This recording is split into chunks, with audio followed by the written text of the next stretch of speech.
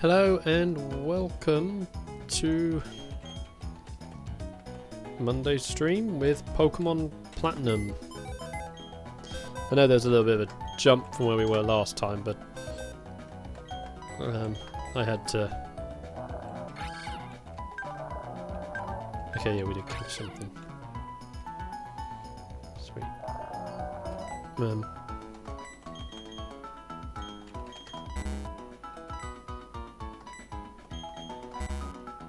Can't remove mail.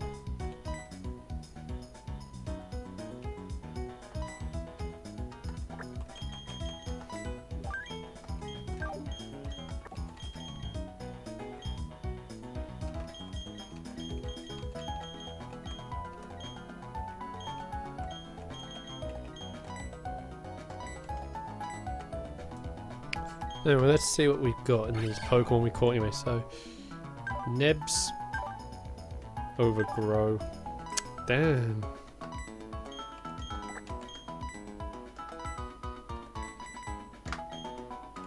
Kind of ending up there.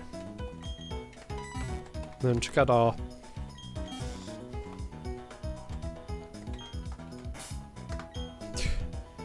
check out jail. There we go. Jailbait. Damn. Bone Club, Fling, Muddy. To be fair, decent moveset. Hello, second respawn. How you doing?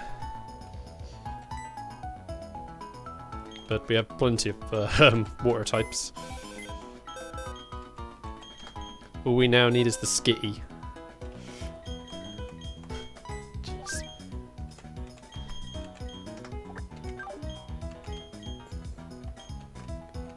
You get to sit in your own special place, Jailbait, because we're finding that Skitty and we're going to be breeding you once you evolve into a Wailord.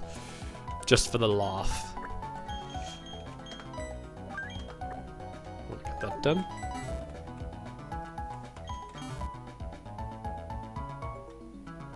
done. Mixed, put it that way. Various things going on, including some stuff I don't really want to talk about on a stream. So, you know, that sort of stuff plus stresses and whatnot. Okay,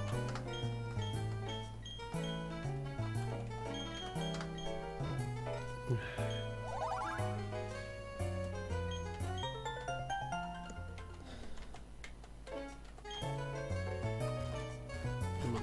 Good.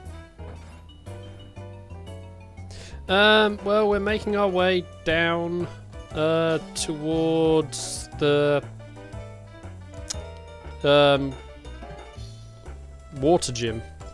Just trying to think. So we have Wake, like Pastoria City, I believe that one was. Problem is, I so many areas now. Some of the names just don't sit with me. Shaken. Okay. Yeah, that's fine.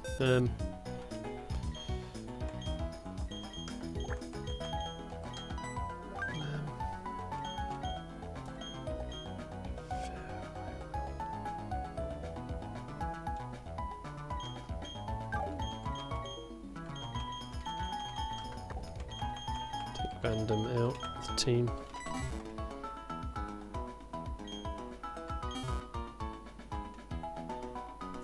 Yeah, it's fine. Like I say, I'm just trying to... Actually, one needs a bit. Okay. Come on, come up, come up.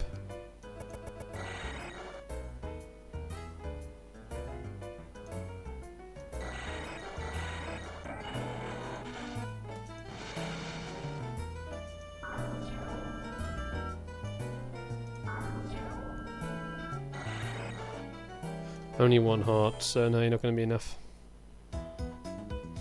Well, like, the base is actually, I find it easier with the earlier games. Maybe it's just like, particularly like with the first game, because I guess, yeah, it was all new there. Okay, Van, Well, we're going to bring Gunganir into the team.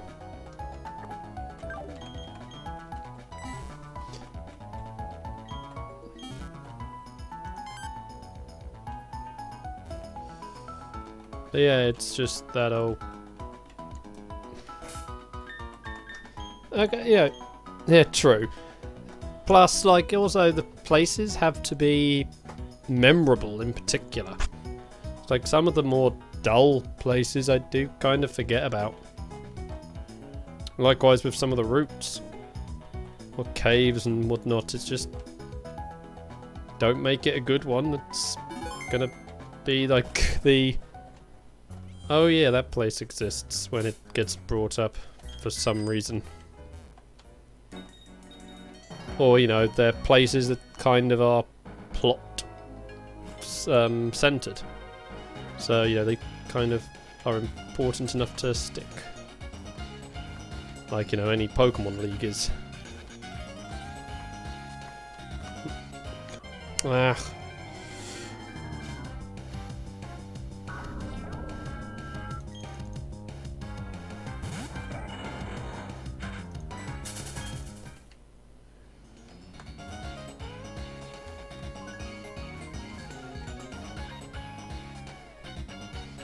Let's just quit the running. This is randomized. No, because I had to step away for I had to step away to get stream setup done. So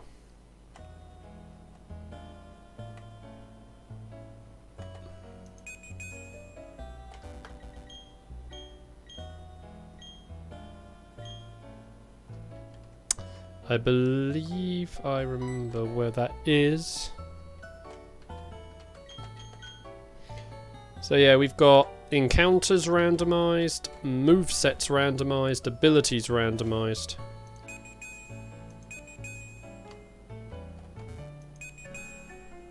Yeah. That's the key she's after, just there.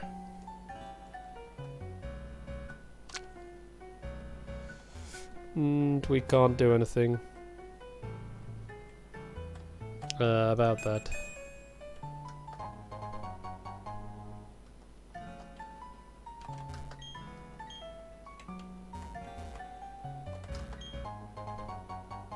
I'll try and remember to do that.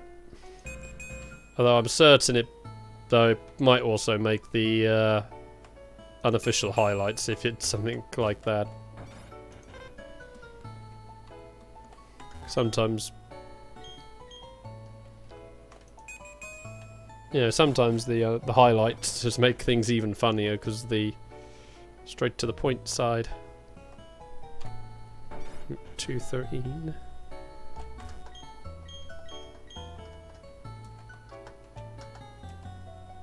That down.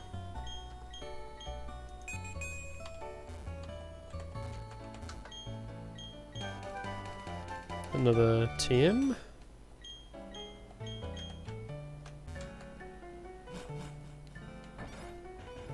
Although that... Oh yeah, TM's also a randomized, so...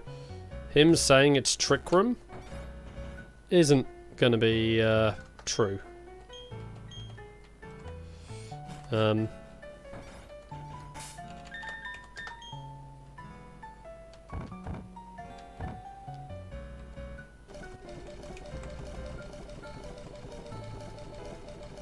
Fury Swipe. So.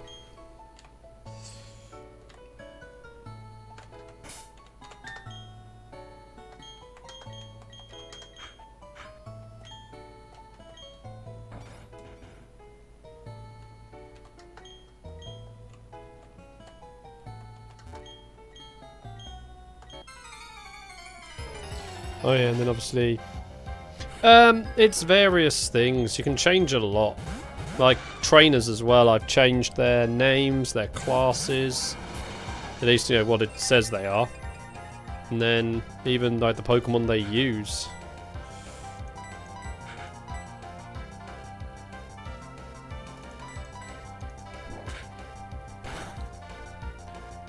So yeah, there's a lot you can do when it comes to randomizers.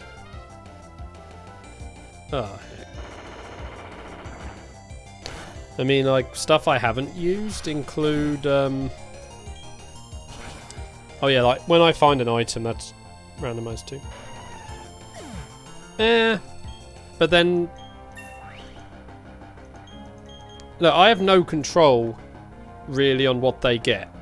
Apart from I can turn off them having legendaries or something. No, I don't want that.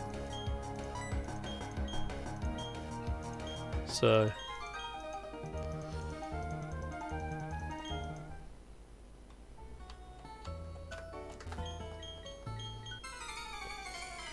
Like, you can do other crazy things, like some randomizer settings let you actually have the actual types a Pokemon is randomized.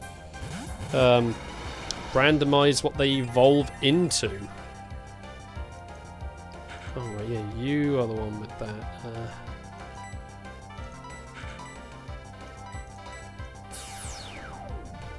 There's a lot that can go on. And yeah, I have had the entire first gym in one randomized run I did be just basically pure legendaries.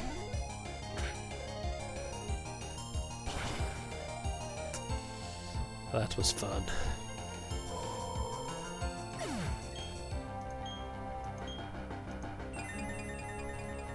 By fun, I mean no.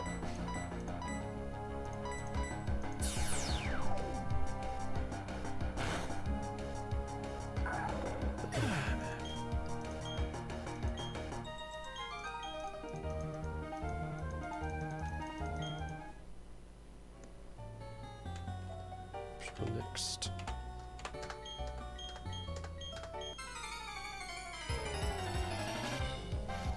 Nice, can fight our way in this. Oh yeah, you salamence.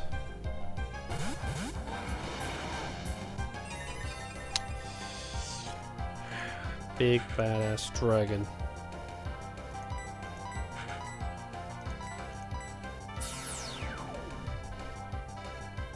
That's gonna be a problem. And actually, no, probably won't be given the move I've got Gungnir using. That move might be a problem. And of course, on poor Logan. Great, down goes Logan.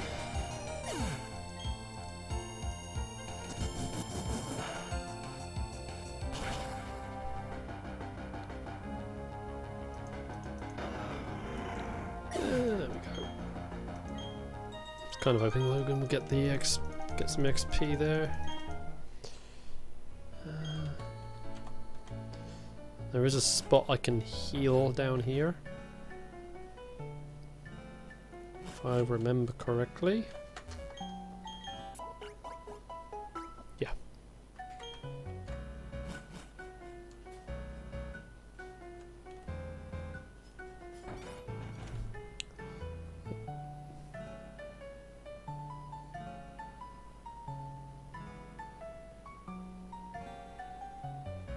Oh, I get that. But so this is different sort of thing. So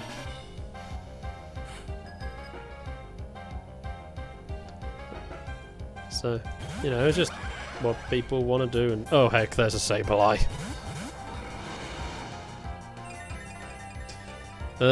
Yeah, I'm getting you out of there, Logan.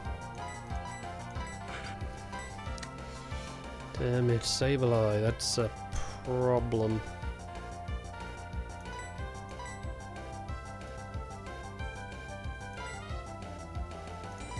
Put Godzilla in there. Huh, that's an interesting one. I've heard of that sort of idea, so...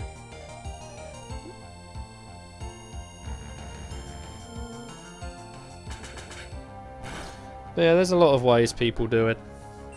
Some, you know, requiring less methods than others.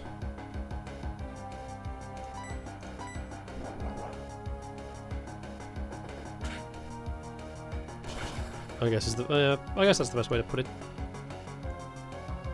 Good, Magnezone is down. realise after that thing had Iron Tail, it was a bad thing. Of course it misses. Because, you know, AI likes to cheat.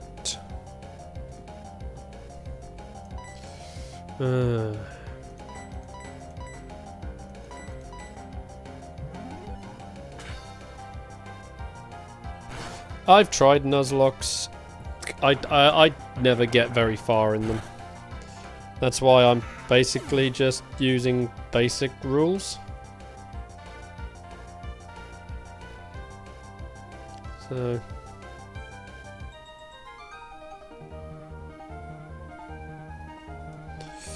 because, yeah, I've never survived in a Nuzlocke.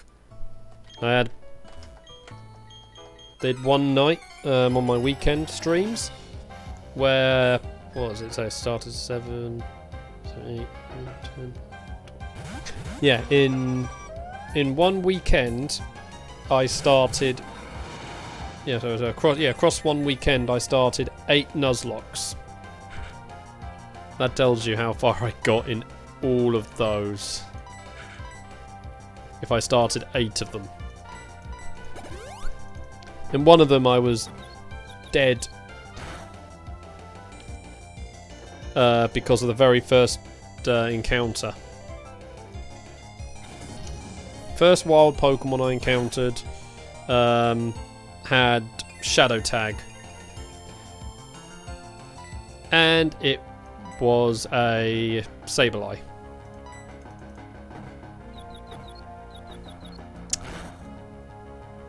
And bear in mind, the randomization on my starter, it only had moves that couldn't harm a Sableye.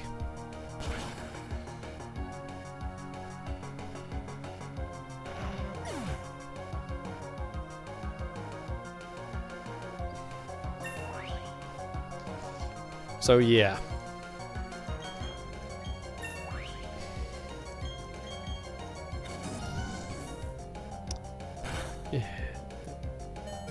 Ooh, good surviving.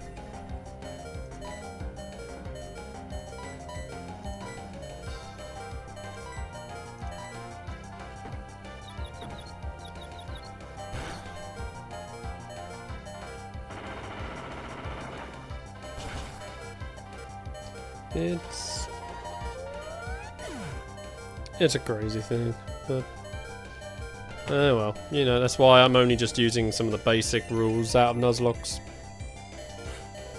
To a degree. So, yeah, I'm doing this playthrough, we're doing one catch a route, but that's kind of it.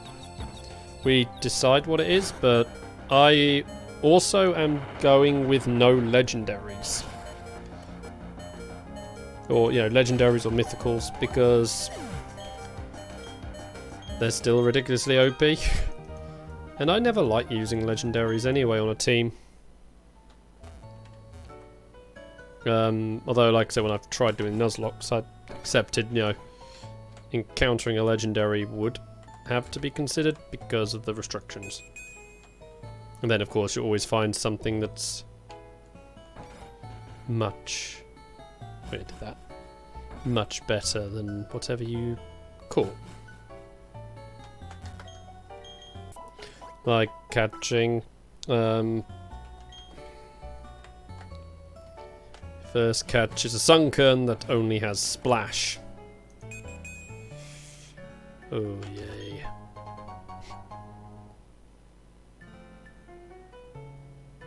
Yeah. I try going for nerdy things. For my nicknames. Oh hello. Let's there you go to Streamlabs. Infamous Thieves, thank you for the follow there.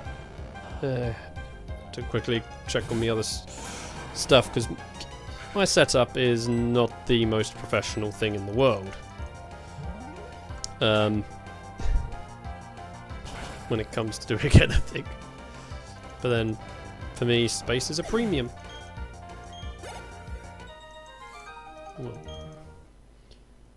So, because I cannot see the... oh, hello.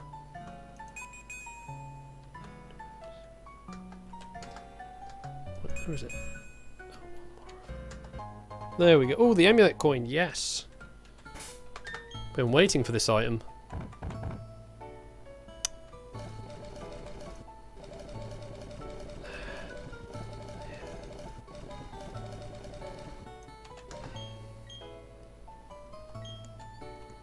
Finally got one.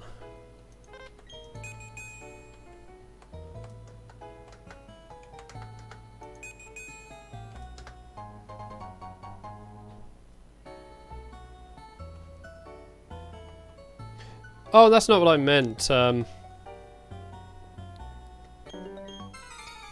Like, I bet someone else helped me with the getting the screen sizes set right. No, what I mean is like for seeing who follows or whatever is that's the hard bit because I have.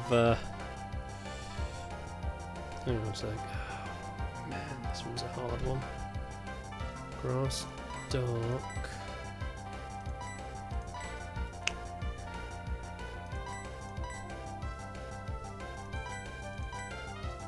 Send out the weapon. What I mean is like, I've got my computer screen in front of me because I'm playing on an emulator. Up high, like another, like a, yeah, up above. Oh man, these moves are not good against it either.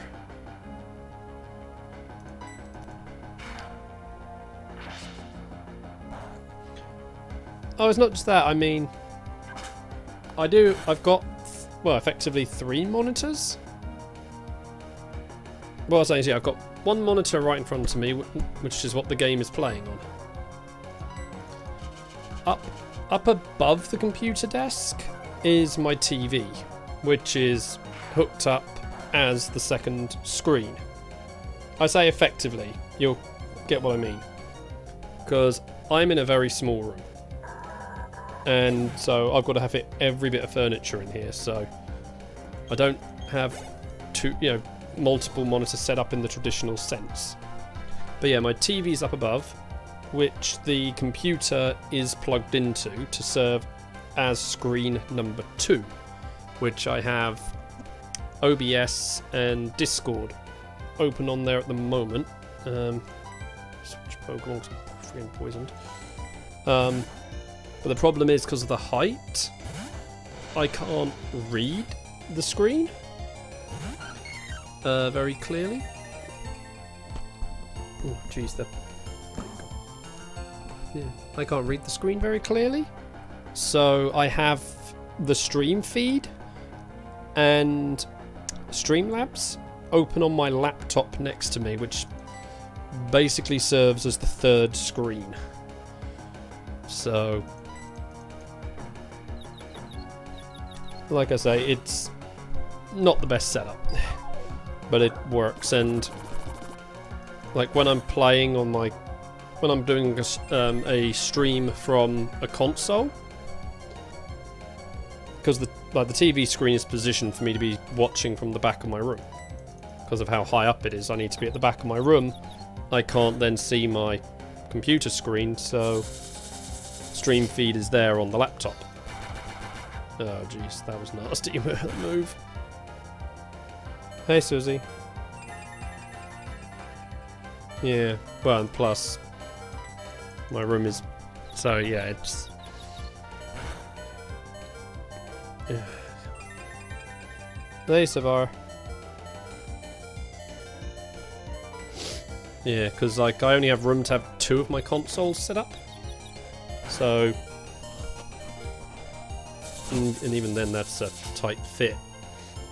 So I have my PS4 and my Switch set up. I mean, the Switch is probably the easiest one to get set up, but you know, like I have a extended hard drive set up for my Switch. Not Switch, I'm sorry, my PS4. PS3 used to sit up there, but yeah, that's packed away at the moment. Because I also have so many model kits sitting around my room. Yeah, some stuff I don't want to talk about really today, Savar. Because of stuff that I've got to do, and well, it's just like my mind going to worst case scenarios for certain things. Oh man, you got another Pokemon?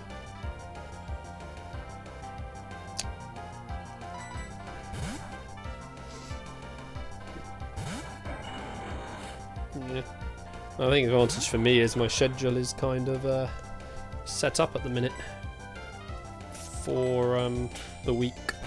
Well, for the next few weeks, because got a lot still to do in this game. Oh, come on. Now I'll just be asleep forever.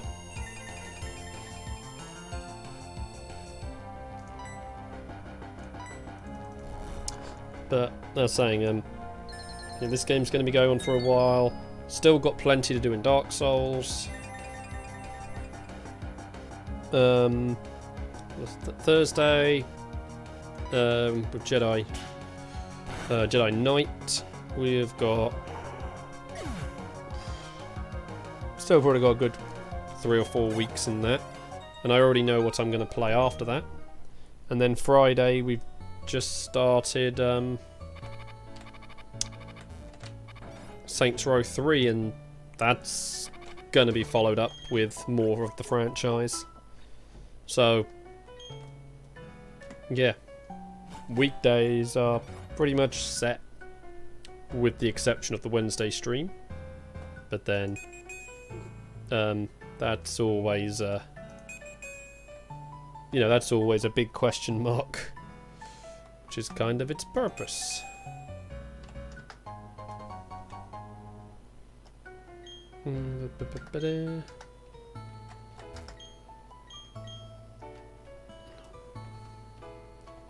Need to get a rock smash to deal with that. Hey, oh man, we got now. Okay, we have Dialga and Palkia's. Thanks.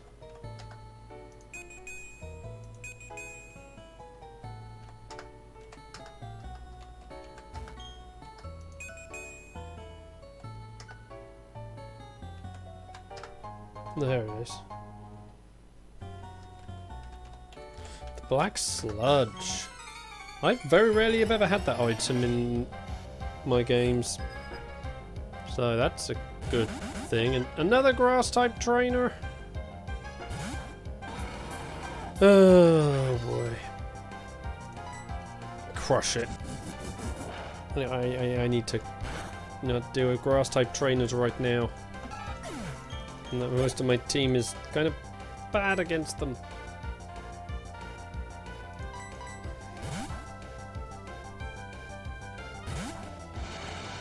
But yeah, like, it's stuff. Susie, I don't know if you ever able to give a chance. Can you check with Nab if we're doing the thing tonight or not? What did I do?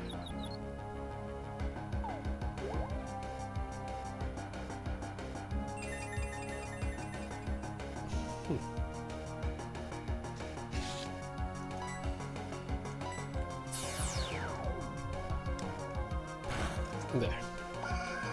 Thank you.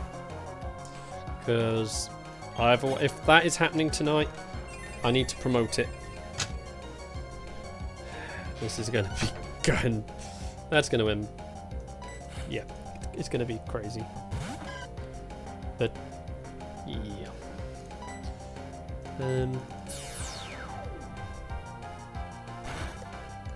It's all.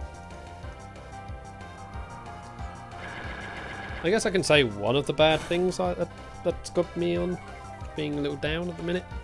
One of the games I was hoping to pick up has been delayed for unknown reasons. So,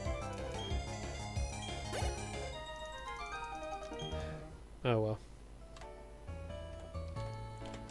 You in here? Oh yeah, well, you're him.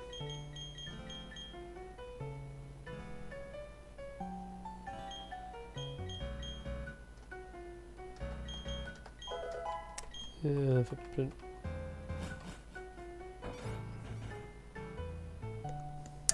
Yeah. What makes it just a little bit more sad is the game was only going to be a port. So, and it's not a complicated game to start with. You know, develop for what it is. So, delayed till an unknown point. But it does mean my wallet is safer for an extra week. Until Games Workshop start dumping all that nice new stuff out that's going to ruin my wallet. Why do you have to put out so many awesome things so close together?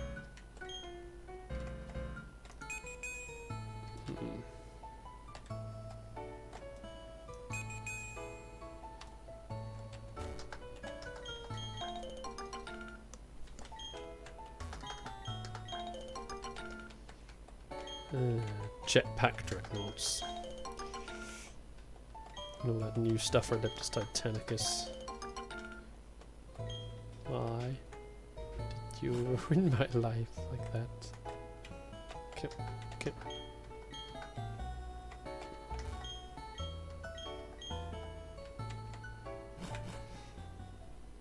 The Skitari hover. I'm not going to be using it as the hover tank. Well, as the transport. I'm going to use it as the hover tank configuration instead.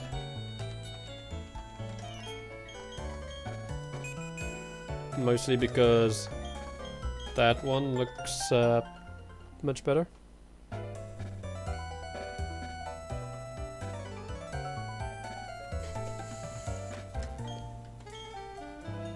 Oh, I play most of my games on a lot more of my games nowadays on stream, but I don't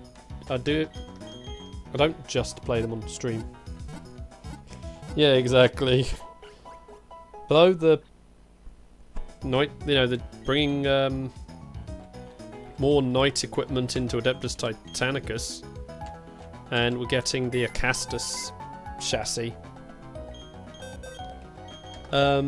Is it bad to say I own almost every single knight variant at least once? Actually, I only own each variant once. So to say at least once is a misleading thing. The only two knight... Yeah, I'm only missing two of them.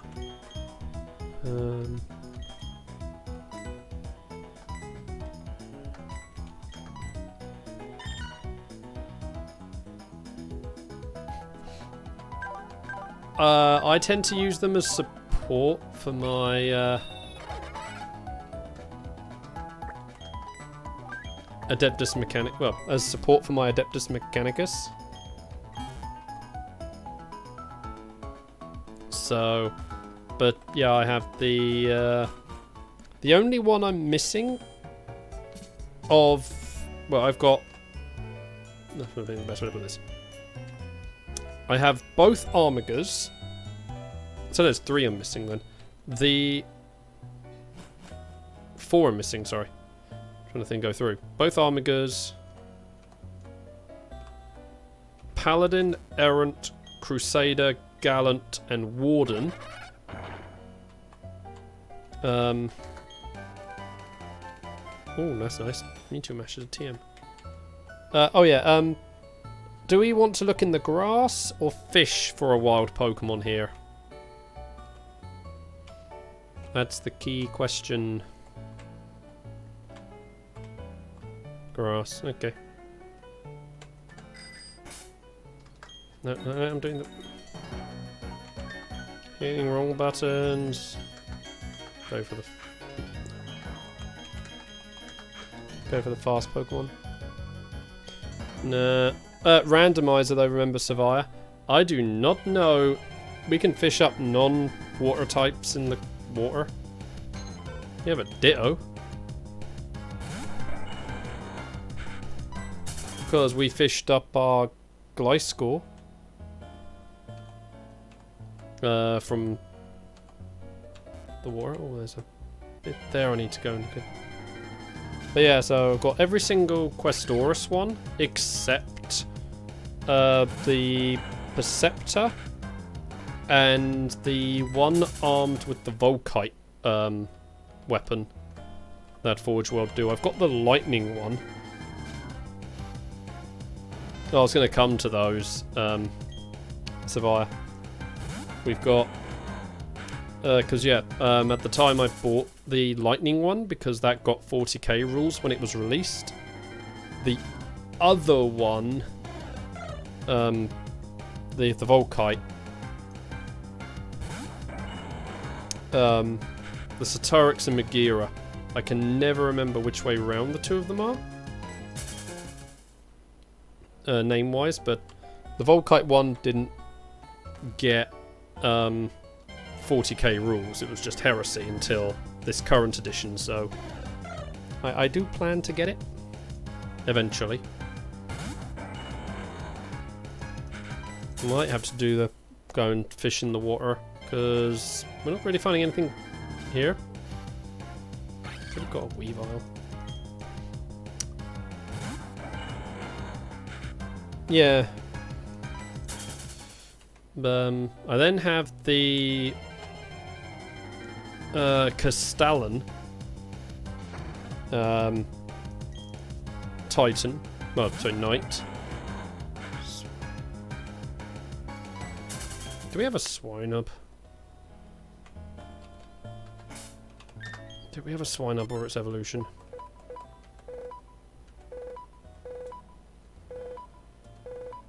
Oh,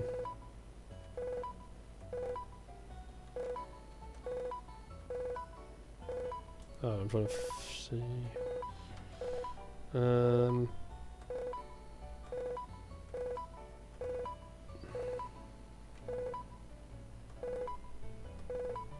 Come on, where about were you in the Pokédex?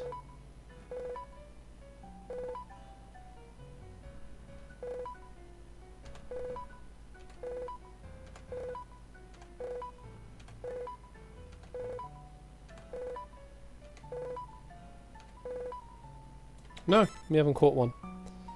But yeah, but then yeah, I've got. So I'm missing the other one of the Castellan classes. So I've got the one with the volcano weapon and plasma. I do not have the harpoon gun one, which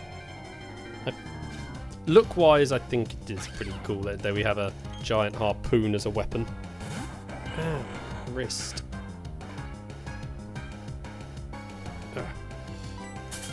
And then I have all of the Carastus class, but I do not have an Acastus yet, and we've got a second one of those on the way. So fun times.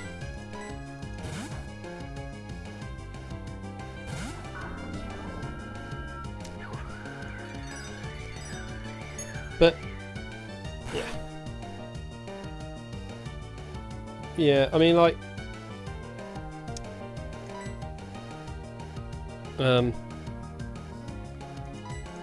like the what? I mean, like stuff Susie got, Savia.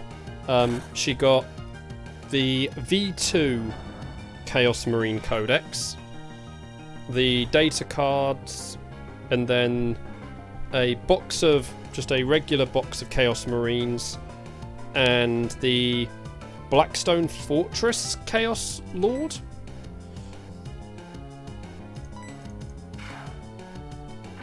So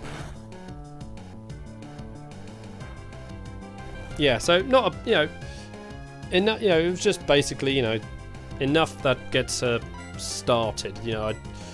She was eyeing up some of the demon engines.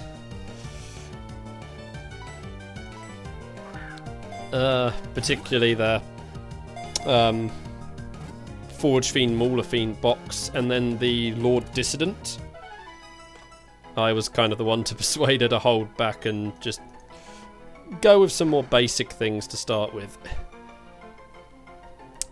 Says the guy who, you know, kickstarted back in the day with Blood Angel Terminators and a load of Assault Marines. We need a name for Swine Up.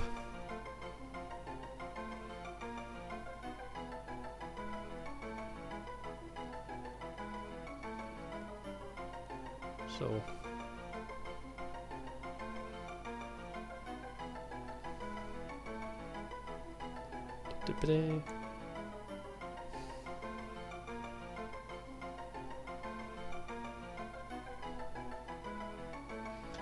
Yeah, I mean, it's just dependent on how you like doing your armies. I just get what I like out of an army, because, like, for example, with the Adeptus Mechanicus, I see people say Electro Priests are pretty good.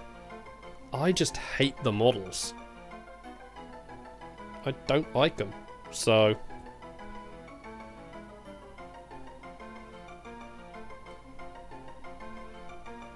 Yeah, that's just how it is on me. Likewise, it was funny with, what is it? Yeah, like, I prefer those elements of the Adeptus Mechanicus, being the Legio Cybernetica and the Skitarii. So, like, the Mechanicum I'm working on for Heresy era is the Legio Cybernetica. Hello, Alex. Like I said, but this is a giant, didn't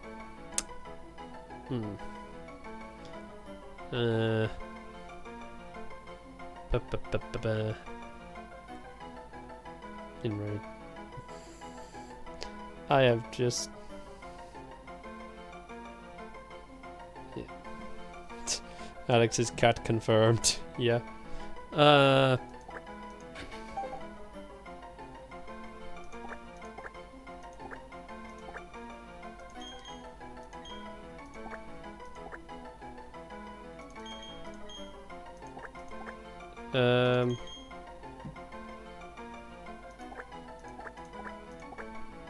Hang on, I need to check out... Yeah, it's fine, second respawn. You take care, buddy. Thanks for coming in. Hey, I'm just gonna check a spelling. Because I just realised of how angry the final evolution of this thing is. G-E... okay. Gates. Cool. But... yeah. I mean, that's just the way to expand an army. Just go with what you like.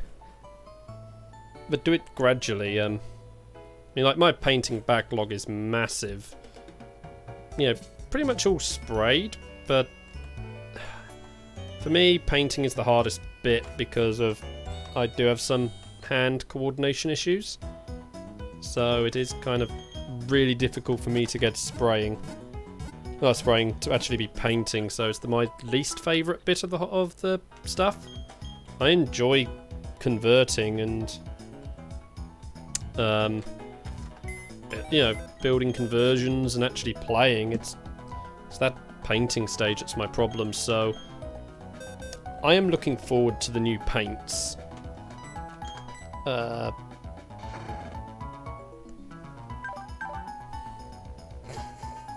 Storm Drain, great, and you're weak to water type moves.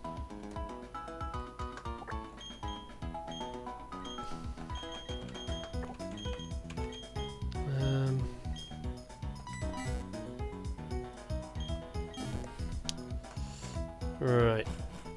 Let me bring a map up. No, I wanted something else. Because I'm going to go in somewhere. Oh, yeah, I've got a full Brotherhood of Grey Knights.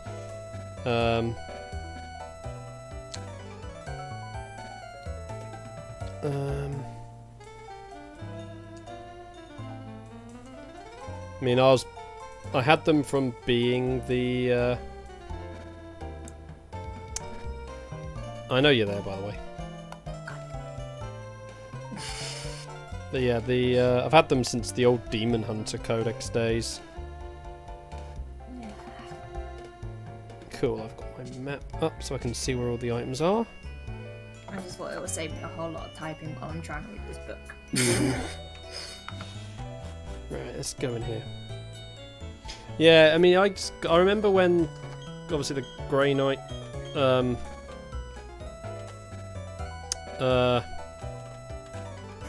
well, when we went from being Demon Hunters to Grey Knights, all the people that I did play against when I did some of the events would just go, oh, you're only playing it because they're the power army.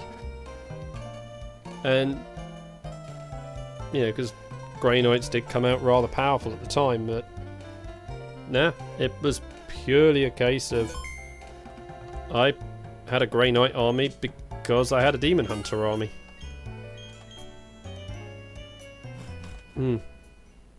Yeah, but when like they saw some of the older models I had, you know, people were a little more forgiving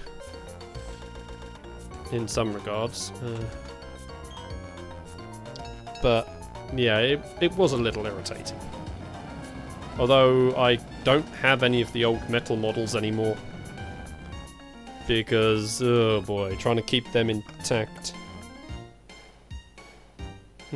Susie, do you want to deal with the auto mod? Because I can't quite get to look at it. There we go. Well, what to say? Why did that get held? Links. I believe. Or maybe it's just the way one. No, erotica. That's why. Oh, right. Yeah, my old Grey Knights I got rid of because they'd never lasted more than like 5 minutes with their arms and, you know, staying stuck to their bodies. So, yeah. Yeah.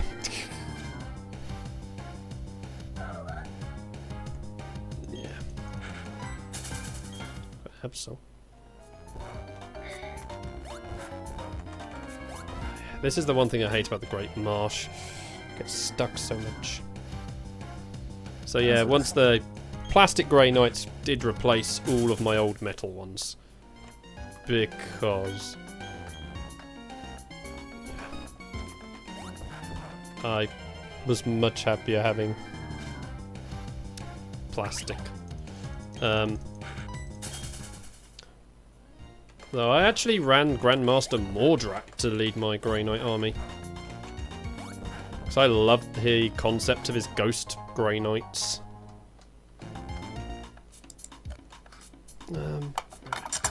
Yes, exactly, Savia. I am in agreement. I have the old metal Canoness model. And then I have Celestine, the plastic one. Because I did buy the Triumvite set. Mostly at the time for Cruel.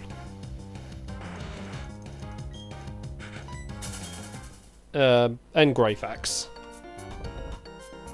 But yes, Celestine was a bonus. And the new plastic Sisters of Battle just look amazing.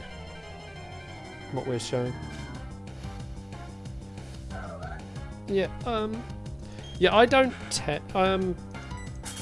I use special, again, it's special characters I like. Obviously, Mordrak did not have a model, but I built like a really cool, did like just a conversion of one. Obviously a normal, a conversion of a Grey Knight Terminator to be him. At the same time making his like Ghost Grey Knight squad just a batch of headless Grey Knight Terminators. Because they were kind of a funny group that I took a liking to. Where am I going anyway?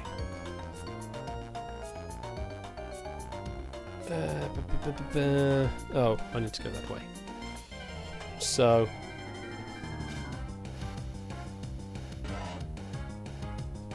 yeah. Oh yeah, they really kicked the, you know, when they did the Gathering Storm stuff, they really did an amazing job. I need to go that way. So yeah.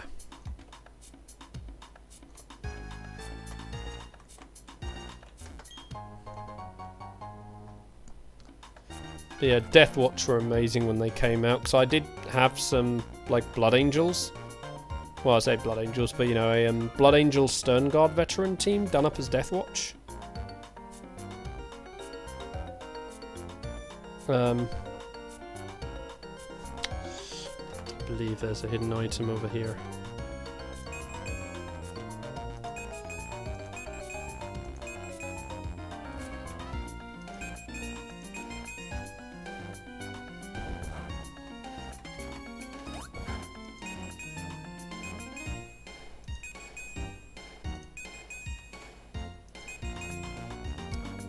I forget what that means. When does that?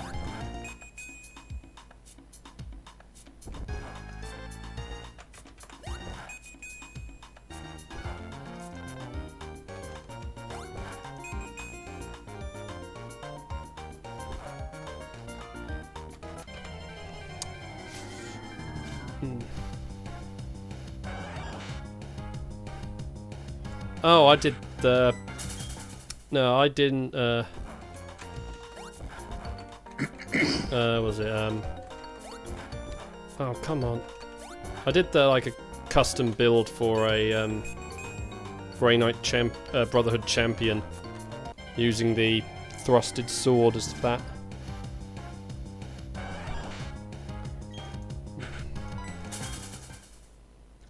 Hate the Great Marsh. The getting stuck in the mud mechanic was probably the worst thing about this generation.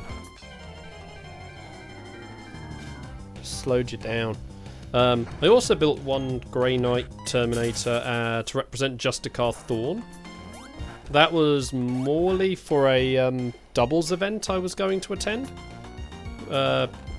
Me and the person I was going with, who has a pretty decent sized collection of the old Sister of Battle models, we decided to go with the idea of an eternal army list. So we went with Justicar Thorn and Saint Celestine as like the main focus of our armies. So okay, next item is all the way over there.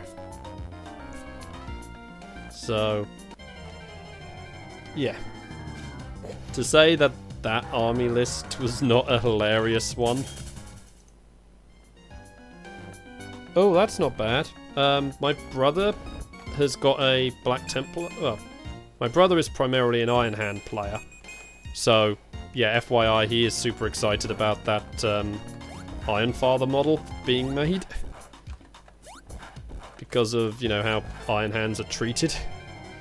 But he's got a small Black Templar contingent, and he uses Sigismund as his Emperor's champion.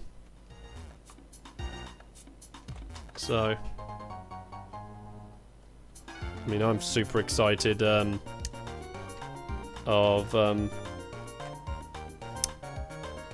Restelian? I cannot pronounce his name, but the Blood Angel model that Forge World are currently working on, name character-wise.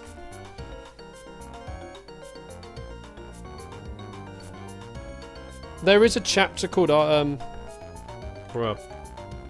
nah, Iron Hands are called Iron Hands for a reason.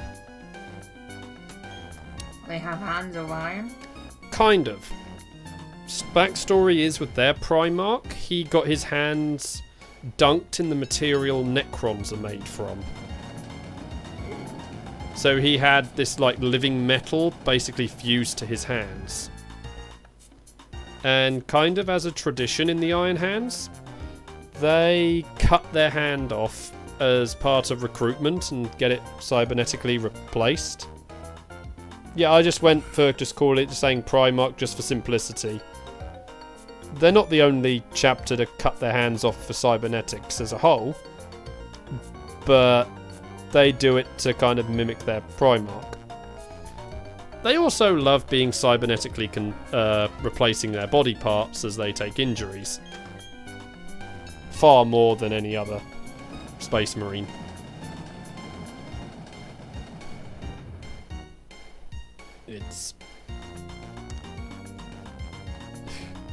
They also love them. They're also basically the Adeptus Mechanicus, but for Space Marines. Let's go down there. Okay.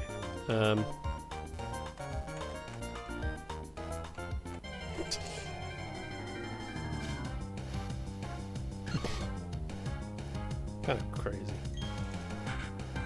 But yeah, as I was saying there, so just when building an army, you know, so it's up to you how you want to build it. That's the main thing. You got different sorts of players. You have people out there who just, you know, want to build the powerhouse armies. Then you got people who like going through the background. Ooh, a Snorlax.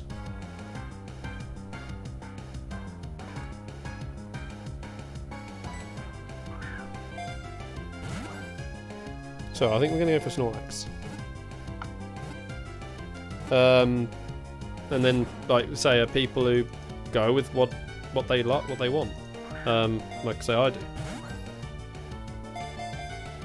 Though I do admit I have enough Marines in my Blood Angels to replicate the entirety of the second company. And a good chunk of the first.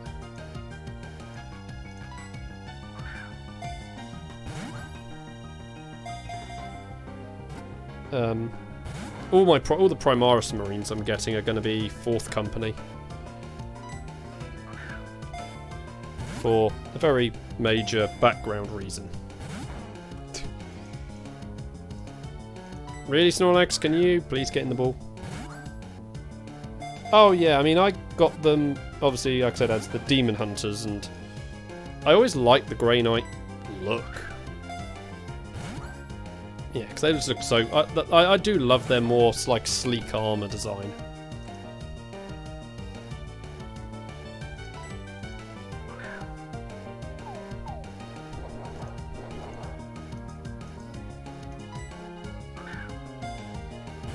It's the one thing I liked about them.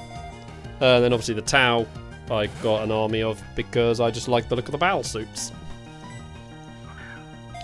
The Necrons were actually an army I started originally out of just having to deal with problems with tabletop encounters, because everyone was I was dealing with playing with Dark Eldar after they got their big overhaul and became super fast, and oh boy, I was having a hard time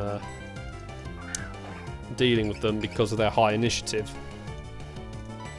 So the Necrons just came out, and I loved the look of the new Wraith models. Yes. And yeah, with the whip coil thing, I took them as an ally detachment for my Grey Knights. The idea going with the whole Mordrak leading them, it went with the colour scheme I gave the Necrons of like this ghostly ethereal look.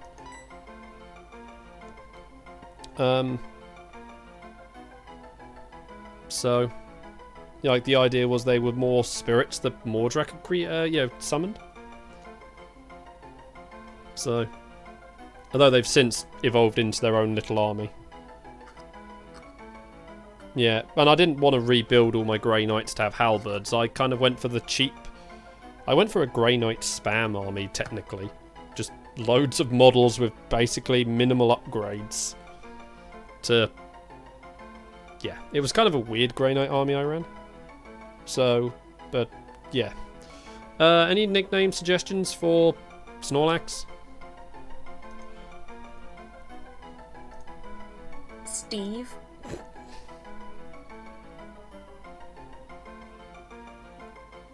Well, remember, we try going for the nerdy things.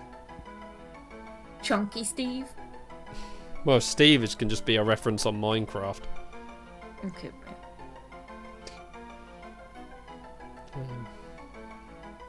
Blob Chunky Steve. Actually, I just thought for a bit of funniness. So, spoiler warning if you haven't seen something. Let me guess. Is it Enge? You cut. Let me guess. Is it Enge? Yes. How did I guess? Calling Snorlax Thor. Oh, MJ explained to me why. Don't worry. Oh.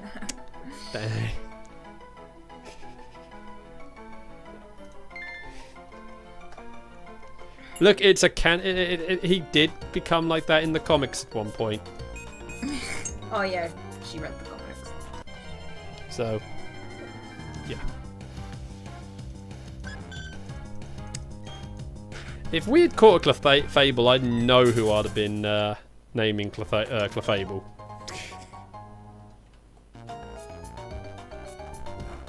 I'd have been naming it. I'd have named it Alex, but not for you, Alex, but a different Alex.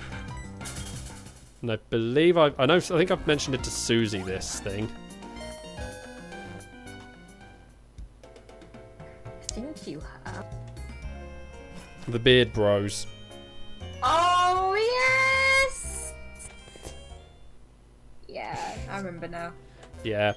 If you're not aware, with the Beard Bros, when they were doing a playthrough of Fire Red and Leaf Green for Completionist, Gerard was obsessed with a Dratini. And to the point where in the Let's Go games, the Dratini Master Trainer is named after him. And his buddy Alex was obsessed with a Clefairy/Clefable. Him going on about how Clefable was the best Pokemon. And yeah, it was Snorlax regains health in a hailstorm. Nice. Not exactly got any offensive moves. Pops, can you make up your mind what you're doing, my lovely? Oh, Poppy. she's just going around my desk, just like, yeah. But yeah, What are you doing? there's also the great Pikachu fiasco there they went through as well.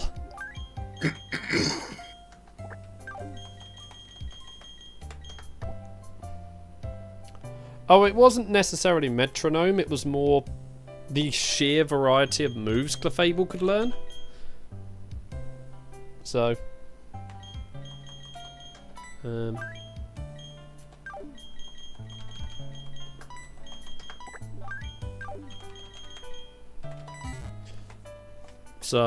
yeah. But like I said, there was also the great Pikachu fiasco because one of the first Pokemon Alex encountered in Viridian Forest was Pikachu, and he caught it. It took Gerard ages to find one, and then he KO'd it. I remember the story now, yes. Now, there was a bit of a conversation the two of them had about whether Gerard should attack it or not, or throw a ball, and basically Gerard blamed Alex for him not getting the Pikachu. And yeah, basically it was it became like a little behind the scenes joke thing, even sometimes on screen. And when they were doing because they'd get like some of the other studio hands to no, I don't know what that to do like the grinding for them, because obviously they have to do the other shows and whatnot. But isn't it they went to a convention? They went to a convention in Sweden, I believe it is, because they were out of the US as a whole and in Europe. And one of them came up with the idea, because this was when they were preparing to go to Victory Road. One of them came up with the idea of, let's catch Gerard Pikachu. And not just one Pikachu, 6 of them. And name them after every Pokemon member on his team. So they so yeah, when they came back, they fired up the game and then started the journey. And well, fortunately for Gerard, he ran into a wild Pokemon before you know, getting into the roots with really high level Pokemon. And he was just you have to watch the videos, but the his reaction to see, you know, because his prized Dragonite at that point, Buster Rhyme, obviously because the name came up, you know, as Go, you know, sent out Buster Rhyme, and Gerard's reaction to it being a Pikachu. Although he clocked that there was something more to it than just a Pikachu. Because he was like, you couldn't have done this. I knew it. Because then he looked at his entire team of it being Pikachus. Right, I need to quickly just check Pastora City. Yeah, I remember you telling me the story and I was absolutely dying from laughter. It is hilarious. It is very funny. Right, what level is the gym leader? Level 37. Ouch. Well, a little bit of grinding then. Yeah, it's brilliant. So, yeah, going back, obviously, though, saying with the Warhammer bits, like I was saying, though, the paints, I'm looking forward to the contrast system, so for someone like me who has problems with painting, it's going to streamline the process a little bit. Not completely, but it's going to be helpful. Would it be helpful for those who have really shaky hands? Well, contrast is... Well, the contrast stuff is just meant to speed painting up. Because it does, like, several stages of the painting in one go. Okay. So... I mean, bear in mind, it won't do, like, all the other details, but it's designed to be, like, your base colour. If you get what I mean. Yeah. So... Poppy? Yeah, I've just caught you trying to get into my underwear drawer. You can get your head out, little miss. Pops. She's still trying to get in. But yeah, so the contrast paint's looking good. Trying to think the other bits they showed off, because as I say, we've... Yeah. Right, actually a better idea. The new Adeptus Mechanicus tank, like I said, I'm going to use it more as a tank rather than a transport, but it looks... It is the sort of vehicle I could see the Adeptus Mechanicus having. The new Space Marine tank, let's just say I'm just going to openly say, I hate the look of the repulsor. Mostly because I think there's too much going on with it, especially on top. The top half just looks like a cluster of stuff just slapped on it. The new variant definitely neatens up a little bit, but I think there is still maybe just too many things on the side. But it's how much of that is actually required and how much is optional bits that were stuck on, so...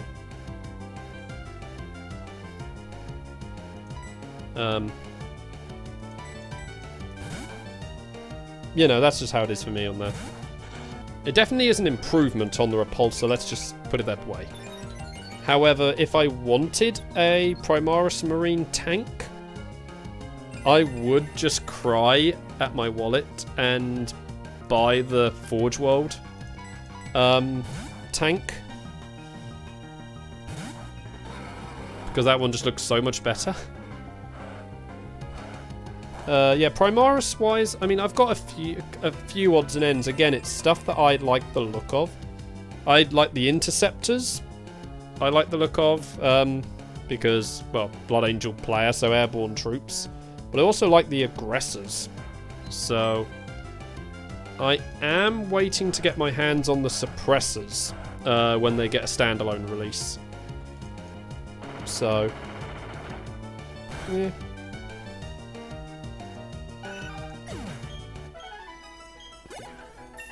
So yeah, that's just how it all is. What else have we got? Plasma in general. You see, my history with Plasma is really bad. Every time I have tried to use Plasma in the past, my guide just blows up. So I built my entire armies around not having Plasma. Unless, of course, you were called the Tau. Because, you know, Tau Plasma didn't blow up on you every 5 seconds.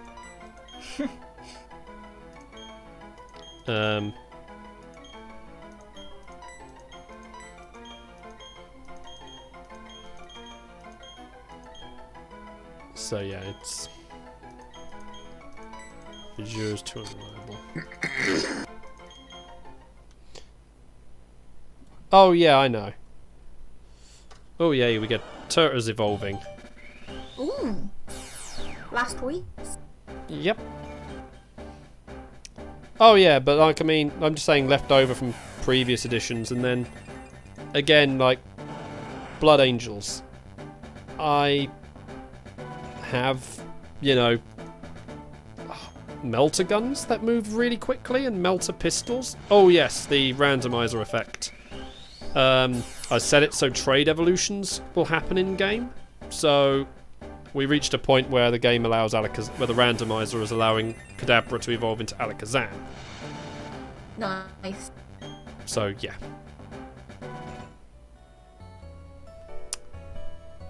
Yeah. I mean, I think my Adeptus Mechanicus, I had some plasma weaponry in there because they had like the different firing capabilities. So yeah. But that's just the way I did it all.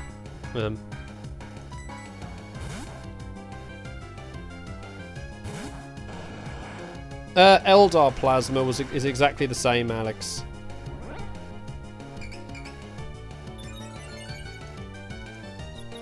Yeah. Sorry. Yeah. I got But yeah, Eldar and Tau were the two armies that could use Plasma without problems. So,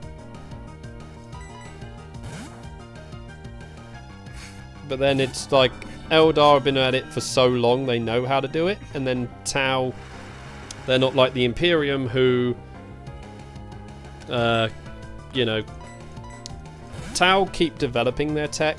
Imperium are stagnant mostly because for Imperium, invention is a crime.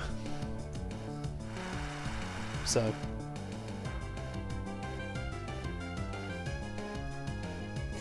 That kind of is what the Harlequin colour scheme is. So, but yeah, going back to the stuff they showed off at the weekend. You know what? Let's just make this easy. Warhammer community webpage. Yeah, that's the easy part. And start scrolling upwards from the bottom. There's the contrast stuff. Poppy's just sat next to my... Oh yeah, I would say I do own the pop figure of the Blood Angel model. So I picked that up when Saturday, didn't you? Yeah, when I went to pre-order Kill Team Elite. So I do own that one.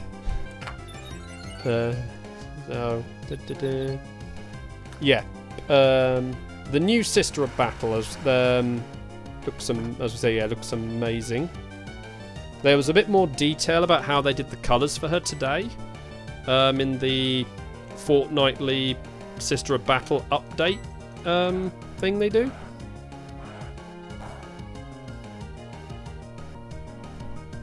So, of course, hit myself in confusion because fortnightly, bad one. But yeah, come on. Oh, of course it then misses. But yeah, that Canoness just looks amazing. Yeah, so we've mentioned Chaos Knights. The Adeptus Mechanicus transport. The new repulsor. Yeah, Apocalypse. Let's just say it. Apocalypse is... yeah. I'm looking forward to Apocalypse. Yeah, I saw that before stream. Oh, come on! I'm just taking myself in confusion all the time. Or missing. But yeah, new Apocalypse. Hey, that gives me an excuse to field my arsenal of knights. And if I can ever get my Reaver repaired, I can get that in battle again, because that's been, I mean, it's been gathering dust because I've been having trouble fixing it. But should it get repaired, that's gonna make a serious impact. Yeah.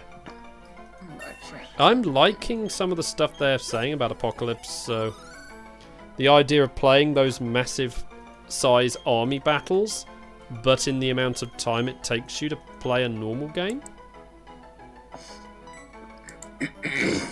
So, oh, water sport, I thought it said water sprout.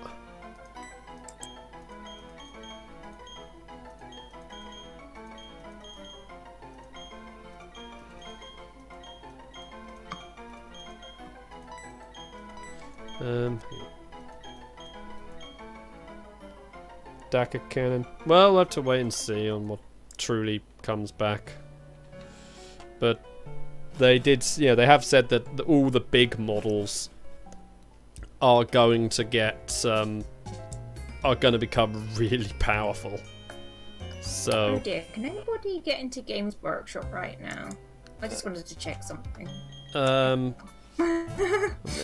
on. Games Workshop web store. Yeah, it's loaded for me. Oh no, it's loaded for me. Okay. Yeah. So yeah, the Apocalypse stuff is good. Yeah, Forge World's showing because they've done 2 lots. So yeah, I know that's the. Yeah, I remember that one. I've been on the receiving end of it a few times back in the day.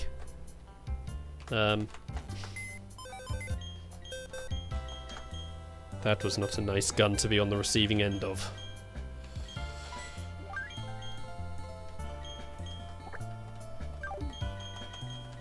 Okay.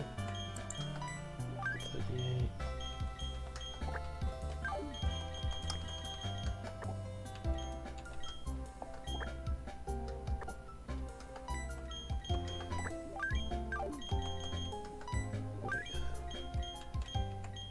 Yeah, across the, get to 40 or above.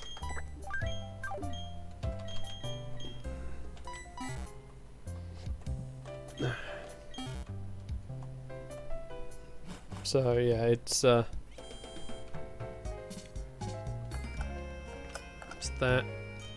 Yeah, Forge World stuff. Just got up. Oh yeah, Apocalypse was fun. Apart from when 5th edition was running, because when the 5th edition Tyranid Codex came out, the Hierophant Titan became as broken as anything.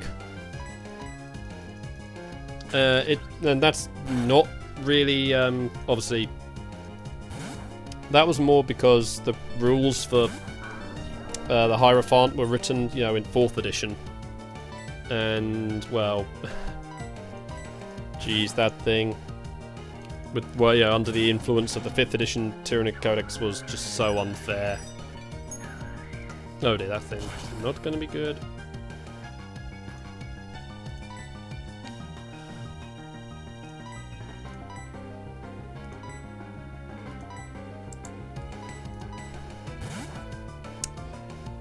Because then we had a big Titan running around with a 3-up invuln save and basically able to cross the entire field in 1 turn.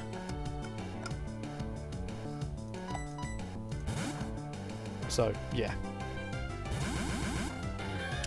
And capable of completely destroying my Reaver in 1 round of combat. But yeah, as I was saying, yeah, the new demon models from Forge World are pretty awesome. Got a hammer, sword, and axe guy. The new Adeptus Custodes aircraft.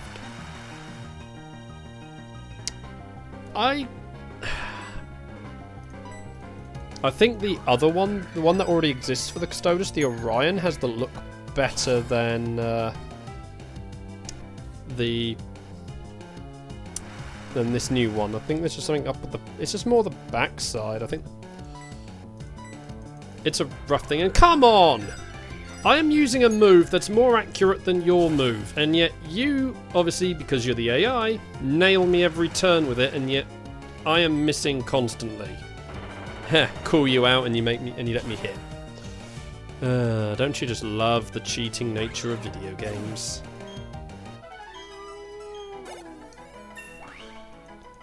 But yeah, the new Ares gunship, just nah. Blood Angel Contemptor Dreadnought. Well, the Contemptor Insadius. All I can say is, if you ever play a Blood Angel player in Heresy era, is okay. That's fair enough.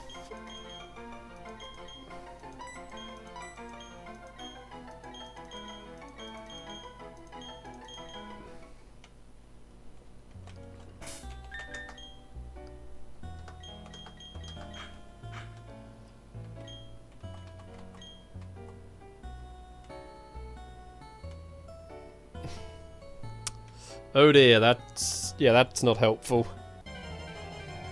But yeah, as I was saying, the Contemptor Insadius Dreadnought. It's basically what you get when you strap a jetpack to the back of a Contemptor Dreadnought. This is why the Blood Angels should not be allowed to just rampage freely. And I'm a Blood Angel player saying that. That tells you something. Then we got a load of White Scar stuff. Next up here, and I'm just scrolling up. White Scar jet bikes. Just, you know, Heresy era jet bikes modified for more White Scar-y appearance. Oops. And a upgraded version of the land speeder for the White Scars.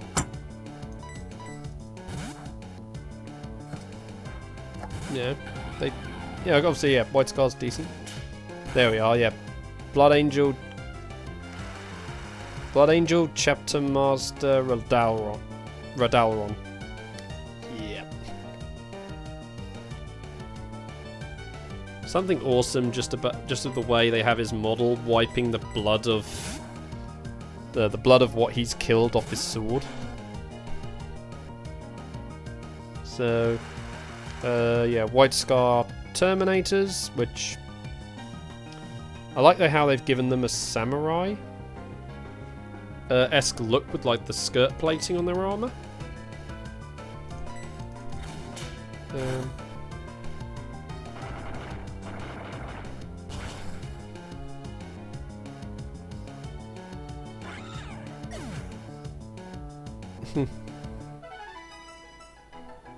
Oh yeah, that's...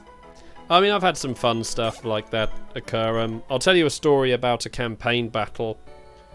Oh, fudge, I forgot to do the button press. I'll tell you about a campaign battle once we've gone over this stuff. Yeah, White Scar Commanders and Leviathan Dreadnought. The Castus Knight with the big laser cannons of death. So yeah, as Alex mentioned, Aeronautica Imperialis.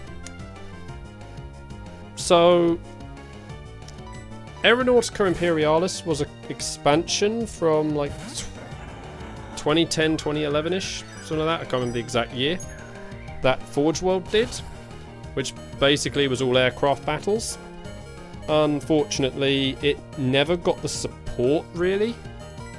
Forge World tried, you know, but in the end, it just, you know, didn't really go anywhere. I wanted to do it, but yeah, it wasn't really the easiest to do. So yeah, I'm hoping they maybe take a leaf out of Adeptus Titanicus, do like the starting stuff in particular in plastic, so that hopefully you know, people get introduced to it that way. So I mean, I'd do either an Space Marine / Adeptus Mechanicus Air Force or a Tau Air Force. So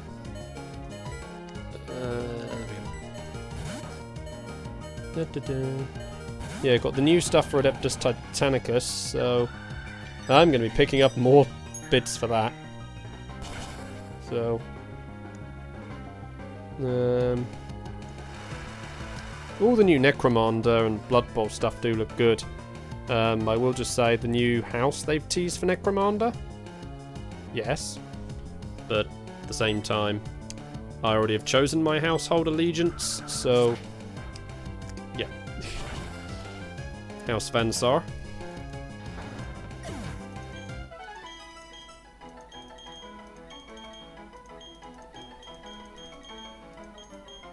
Oh no.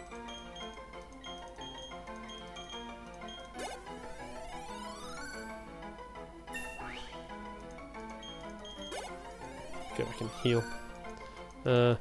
Yeah, so Age of Sigmar stuff, well, I'm still waiting for them to get on and do the fraction of elves they've been teasing since the game launched. Because, yeah, that one is basically made of the remnants of the High and Dark Elves from Fantasy. And as I had both armies, which then merged during the end times, yeah, I want to do that. So, yeah, although the Chaos Elves they've shown, decent. For the Warcry expansion, then they just showed us off the General's Handbook stuff for the year. We've got new Tolkien stuff. Also shown from Forge World. Just scroll up a second. Because, yeah, some of the cosplay pictures that are there are amazing. I just love the one where they're all trying to fit into the... Yeah. The biggest problem at any convention. Yeah. What do you do when a load of cosplayers want to get into a lift? Move the hell out of the way. Wait for the next one. Yeah. But yeah, that is kind of always the thing that is funny.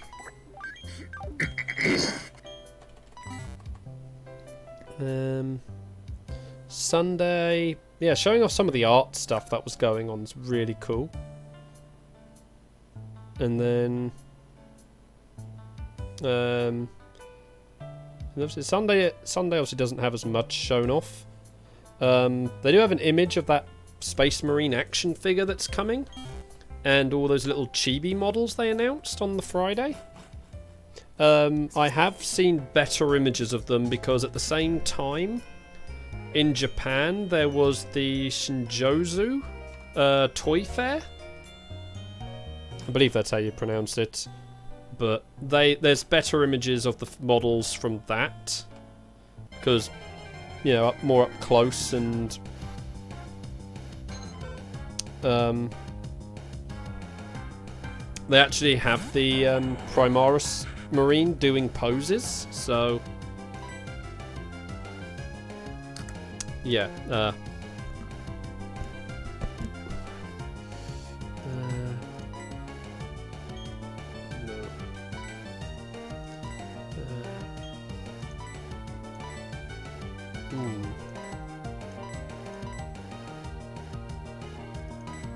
Okay, yeah. So, and then like the little chibi things I like to look of.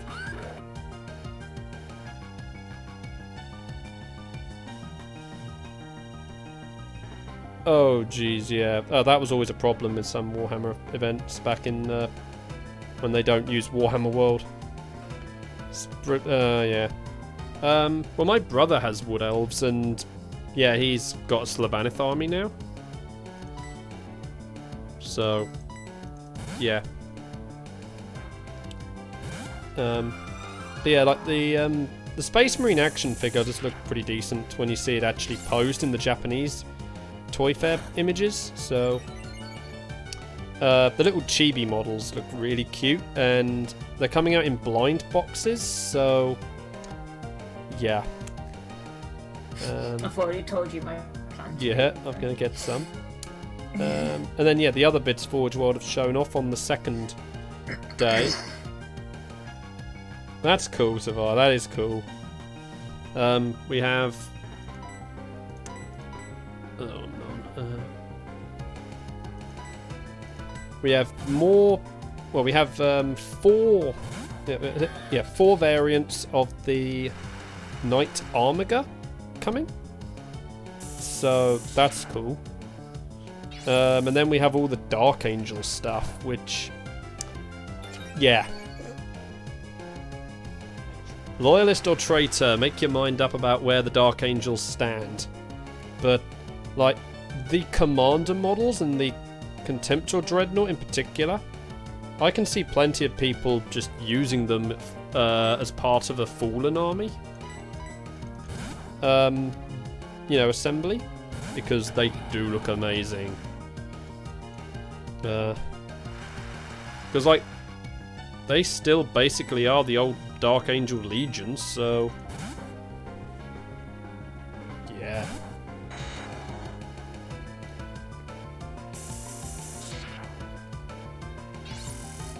Yeah, and that's it, then. So, yeah, there's plenty. Now, what was it? Oh, yeah, I was going to mention about this campaign event that was at my local store. It was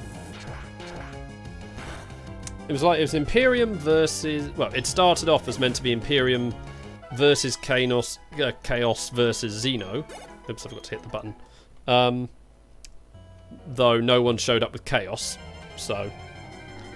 But, basically it was a multi-stage campaign, and the first one was meant to be... Oh yeah, like Dark Angels would have been a cool design. I mean, I was tempted by them because of like the pure Terminator-esque approach, but went with blood because I just like the insane vampire theme. But what was I going to say? Yeah, so the first mission was like planetary assault for the Xeno forces. So we had Tau, Orcs and Tyranids versus just an entire arsenal of Marines and Guardsmen. With me deploying stealth suits right into the enemy zone in the end because of the amount of buildings they had to hide in for me. Because bear in mind, this was 7th edition. So, old method of how the tower worked. But yeah, it was a stealth suit team led by Shadow Sun in quotes, because my own colour scheme for my army, so just someone else wielding that prototype battlesuit. But the main thing, because the idea was for the Xeno armies, we had to capture a particular building. And, well, oh heck. No! Why the heck did you crack? But yeah, my Deep Strike runs didn't go very well because I kept an entire wave of crisis suits in reserve, along with my crisis suit commander. We got to we were on our last turn because of how big the game was, so we only had like 4 turns as a whole. My stealth suit's not getting in the building, but on that last turn, because of automatic reserve arrival, my commander just deep striked in and landed right on top of the building. And it was decided that if I rolled over a 3 for the run move in the shooting phase, I would basically be capturing the building. And it's the one time I actually rolled decently. Oh, and also I still have my jetpack move in the assault phase. Oh no, I didn't because I deep striked, so. But the main thing was, yeah, I rolled a 5. So my commander went into the building, turning off the orbital defences. But the way we sort of agreed as to what really happened for, like, you know, because my commander was outfitted with the Ongar Gauntlet, which basically is a Tau Power Fist on steroids, is my commander just orbital dropped and punched the building and went straight through it. Didn't land on it and walk inside and just shoot the people in the command bunker. It just more crashed through it and just crashed straight through it and killed everyone inside by punching where they were gonna crash. Oh yeah, into the building. Yeah, I always consider my commander female, so. But yeah, she basically just made... if it wasn't for that deep strike landing, because the one rule that was also in play was we couldn't aim the deep striking on the building. So she had to scatter. And like there was like a 6-inch buffer zone around the building we weren't allowed to aim. She just scattered right on top of it because that was, you know, allowed. It was just like you can't aim at it. You know, that was just to prevent just doing what you know, well. That was the idea, to prevent what just ended up happening, which was, oh yeah, look, we just deep striked onto the objective and now we win. The idea was to at least still give us still give a chance of fighting to do it, but scatter was considered fair enough for how it happened. So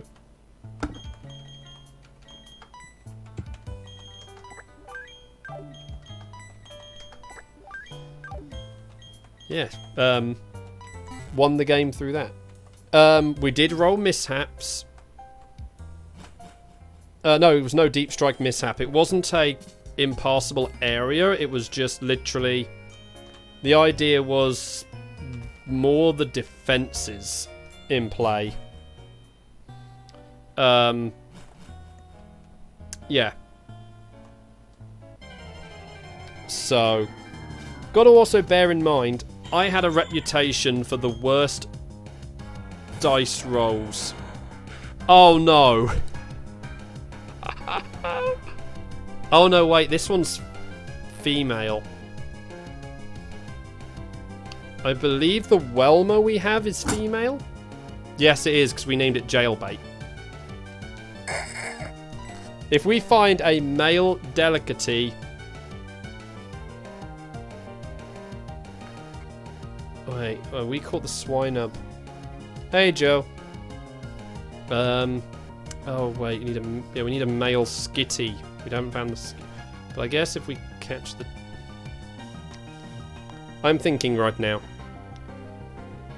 Do we, just for meme's sake, catch this delicacy, catch the ditto we know it's on this route, and use that to get the male skitty?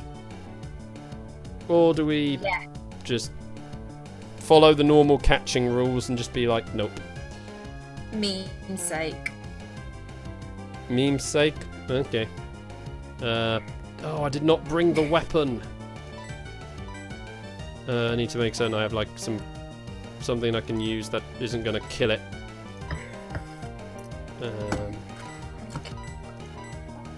Pops, no offense, but I really want to sit comfortably on my bed and not worry about having to squish you in my butt.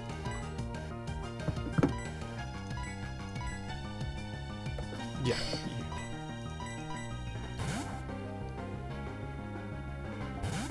Again, that was never my style. I just preferred like Battlesuit Horde. Plus foot slogging fire warriors who would just charge head up into the battlefield. I played a very unconventional Tau army because it was actually the funniest thing playing a head-on Tau army. Because a lot of people didn't really know what to do when it's first turn. Yeah, I'm going to move fire warriors up at you. And bear in mind, these are fire warriors armed with pulse rifles. So...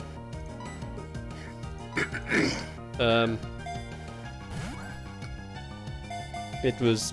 yeah. Oh, and broadsides walking up towards them as well. And then have a massive wave of crisis suits just land behind them. In theory. And then later a Riptide joining in the fun. AKA the Gundam.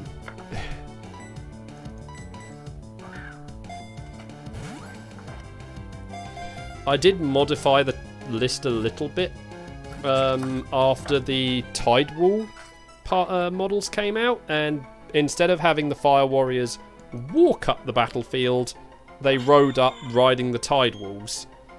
Because if they rode the Tide Wall, they counted as standing still.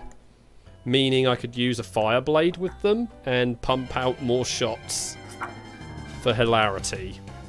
Oh, hello. Yay, there's the Ditto.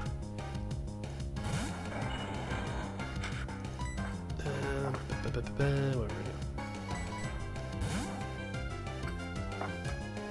we? Exactly. There was also, you know, railgun equipped. Well, you know, yeah, railgun equipped hammerheads, providing some, you know, support. And then I also had not devilfish. Never used the devilfish. Sunshark bomber overhead. I found that one was the much better of the two flyers because, at the time, because the drones were just so good. The amount, you know, the bomber, it would get shot down, but because the way the rules worked back then, as long as the drones stayed alive, the bomber was not worth any kill points. And then there were the amount of times when doing like aerial dogfights, I'd just jettison the drones to get behind the other flyer and just shoot it in the back. So. And then, of course, those drones also being dropped on the opponent's head, so...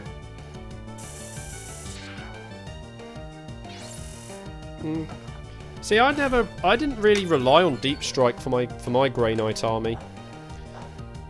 Like, I love foot-slogging armies, put it that way. I actually have interceptors and my dreadnoughts hold off teleporting until like the last couple of turns. When it was if it was an objective game. So like last turn, I'd do the teleport shunt and just dump them all over the objectives. But yeah, the campaign thing, the final game of the campaign did get changed to Imperium versus Tau versus Tyranids, which mostly just descended into Imperium and Tau versus Tyranids. Which did involve my Tau commander punching a Tyranid Prime in the face. There we have the Ditto. So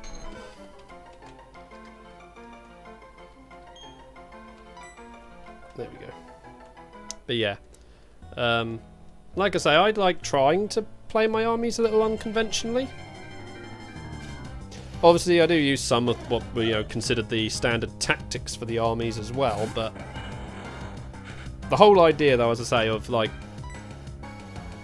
a Tau army that runs up at you kind of is just the most fun thing to try and watch people try and make sense of what happens.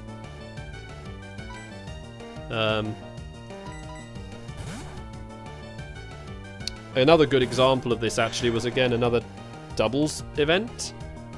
I was using my Tau and my partner was using Chaos Marines. Oh yeah, my brother does a Farsight Enclave army for Tau. But yeah, we had some, then what do you do when there's, you'd expect with like a Tau Chaos combo, because bear in mind the games was small armies, so mine was my Battlesuit Commander, 2 Fire Warrior teams, because each army had to be legal in its own right. The Sun Shark and then a Riptide, where my partner's army was Sorcerer with Mark of Tzeentch, 2 big blobs of cultists, the Helldrake, and I can't remember the other thing. Oh, I think Chaos Terminators.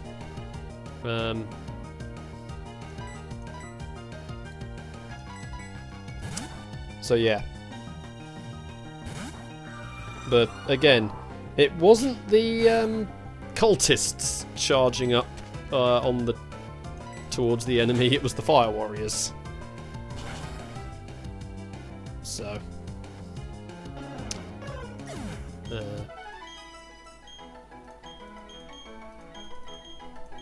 also the days of the Neuroweb system jammer being the best thing in the Tau.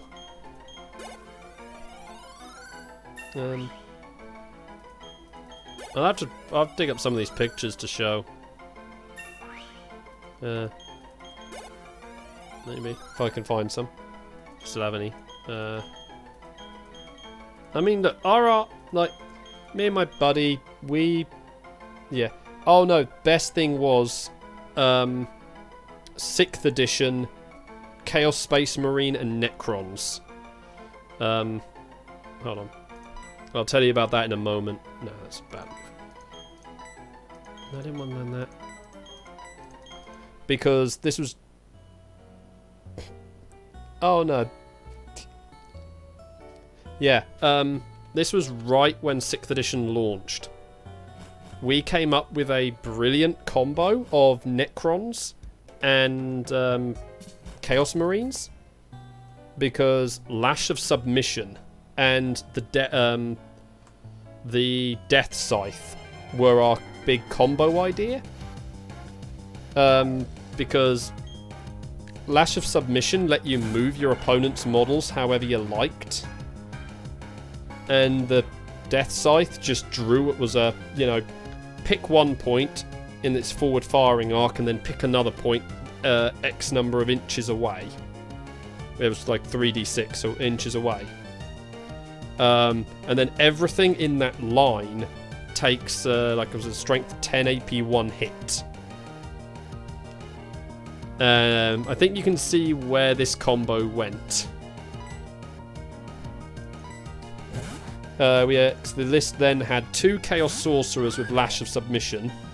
And then 2, then just, cheap squad of Chaos Marines. Yeah, and then I took Necron Army with 2 Death Scythes. Just, a couple of cheap Immortal squads. And, yeah, we just lined up the end. Well, that was the list we were going to use for a doubles tournament. Then the week before... then 2 weeks before the event... It was then pre-orders for the new Chaos Space Marine Codex. So that kind of ruined it, because the event was the week after the Chaos Marine Codex came out. And as Lash of Submission was taken out of the Chaos Marine book, we couldn't use that combo anymore. Yeah. I would say from test games, though, the combo was brutal. It's just, yeah. I can see why that power got nerfed like anything. But, yeah. You can imagine when we'd built our entire doubles army and I'd bought some Death Scythes just for that. Only for that to then be like, nah, you can't do it. But that's when we then did the Grey Knight Sisters army. So... the whole, yeah, let's use some immortal characters. Welcome back. Thank you. Yeah, sorry about that. I It's okay. happy.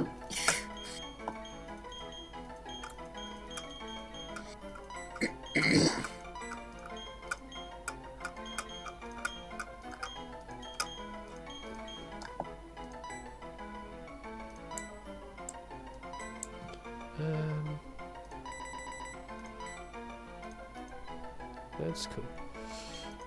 I'll see if I can find some pictures and put them in the Discord of like some of the bits. I don't have that many of like the armies, but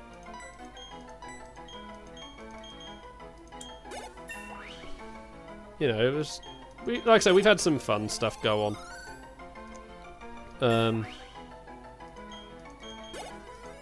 Ironically, we did end up playing against another Grey Knight and Sister of Battle army. Although they weren't going for the same build we did. That entire event, though, had probably one of the best shots. Out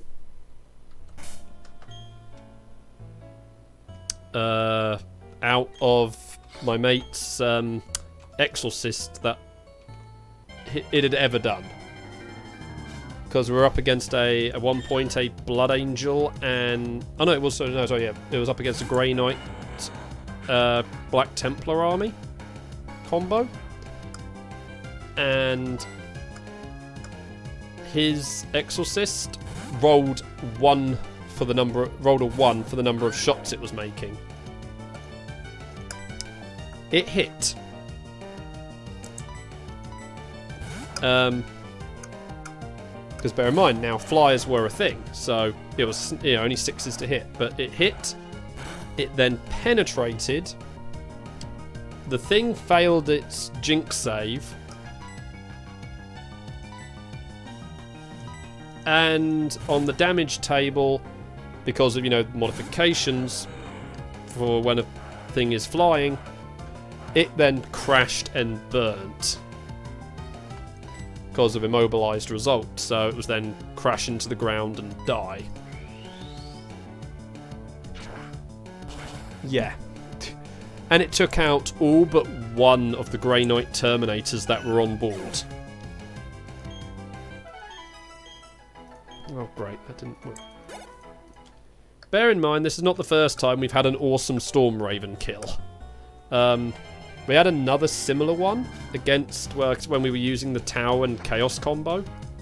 We killed a Blood Angel Storm Raven, where again all but one Terminator died in the crash. That Storm Raven was taken down by the Sun Shark. By the way, using the detach the drones into the rear arc technique. But yeah, the yep, that's not good. Oh, that's good. Survived. But yeah, one Terminator survived, landed slap bang right in front of my battlesuit commander, and I was like, okay, I'm gonna charge it. Oh, there was a Terminator Champlain, so I charged it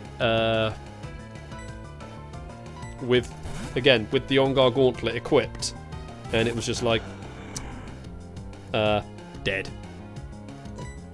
I always envisioned my battlesuit commander with the On-Guard Gauntlet. If you ever look at Gundam G-Fighter for the Shining Finger attack, that's how I always imagined the gauntlet works. Although nowadays, when I've used it, at least towards the end before edition change, people would comparing it more to One Punch Man. So, you know, choose your own method of how to do it. Yeah, but that's how I always envisioned the fist attack, just the glowing hand that just grabs and kills.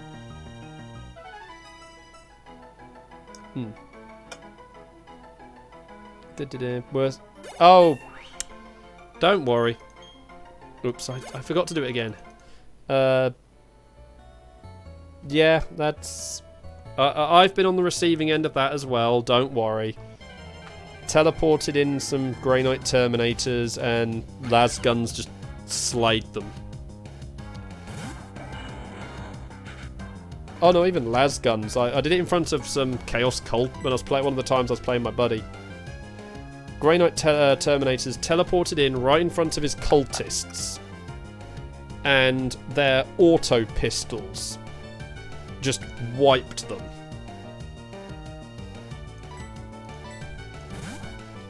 So, yeah.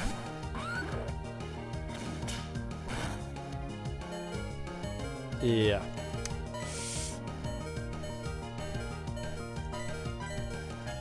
It was not a nice way for them to go out. Let's be honest.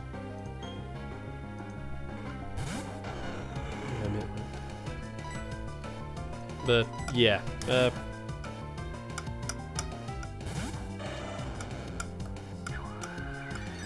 last event I actually played at Warhammer World was a it was a campaign. My dice are known normally for betraying me. I've had games where I've lost turn 1 because my army just ran off the board.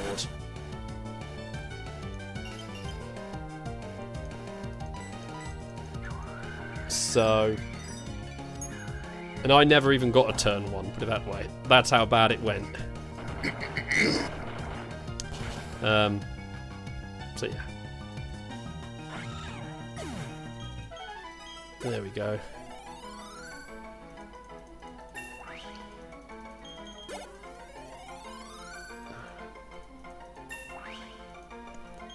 Yeah.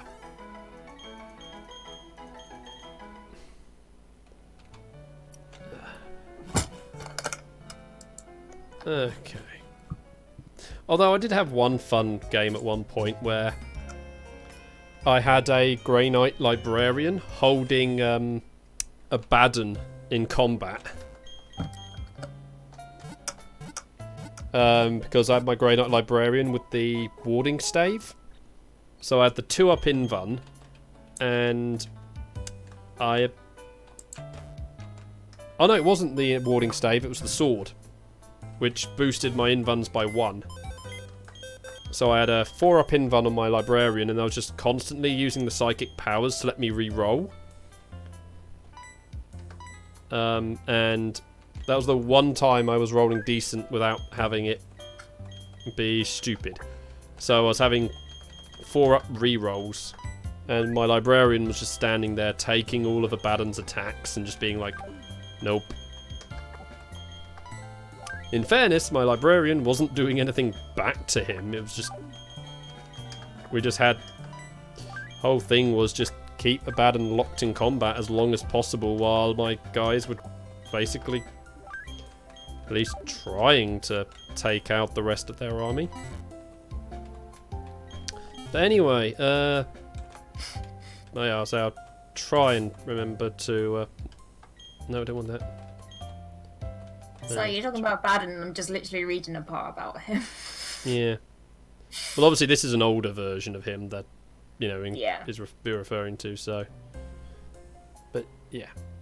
But yeah, that's where we're going to have to save today. Like I said, I'll try and remember to put those pictures in the Discord of some of the bits. Because I posted my Gundam Riptide and Megazord Towner. Oh yeah. That was at the last event I ever went was just like a campaign weekend, and I took the Towner. Again, this was still 7th edition. Towner basically met its match right away by facing an Imperial Knight army, which was basically just Knight Gallants. So they all just charged up the battlefield and just, with the whole attitude of, you don't have enough firepower to wipe all of us in one run. So, yeah. Yeah. Oh, I know that sort of feeling when you have some stuff that really should kill each other pretty quickly. Again, from, you know, like test battles against my mate.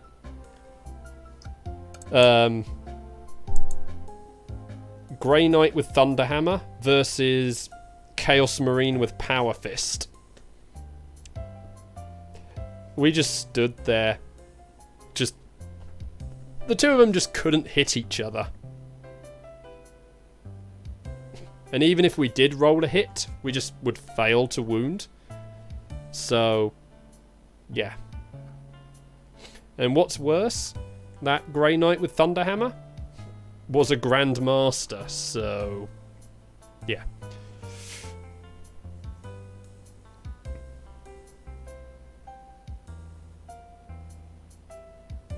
Yeah, like, you get some good things. But yeah, anyway, like I said, I'll try and post some of these double pictures. There isn't that many of them, I think I have. But yeah, tomorrow, me and Susie doing Dark Souls.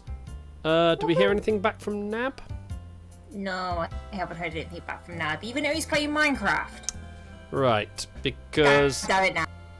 Tater Squad is going to reassemble on a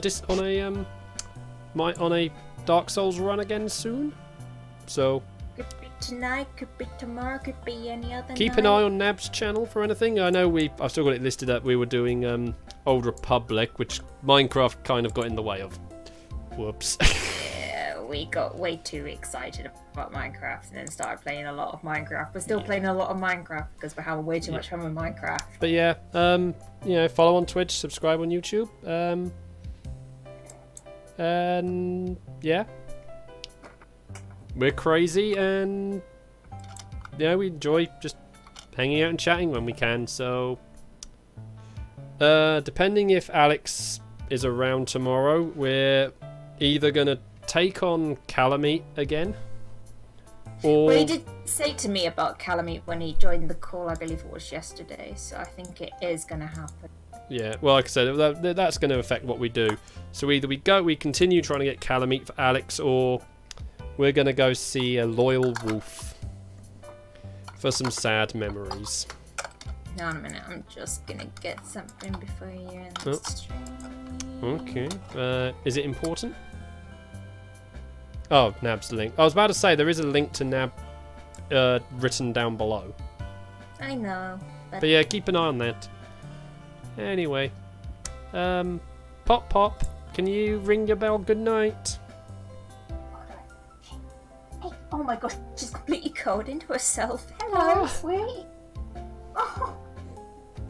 This, I don't think she can, but I can take a photo of her. Poppy, you failed. You know. Night, everyone.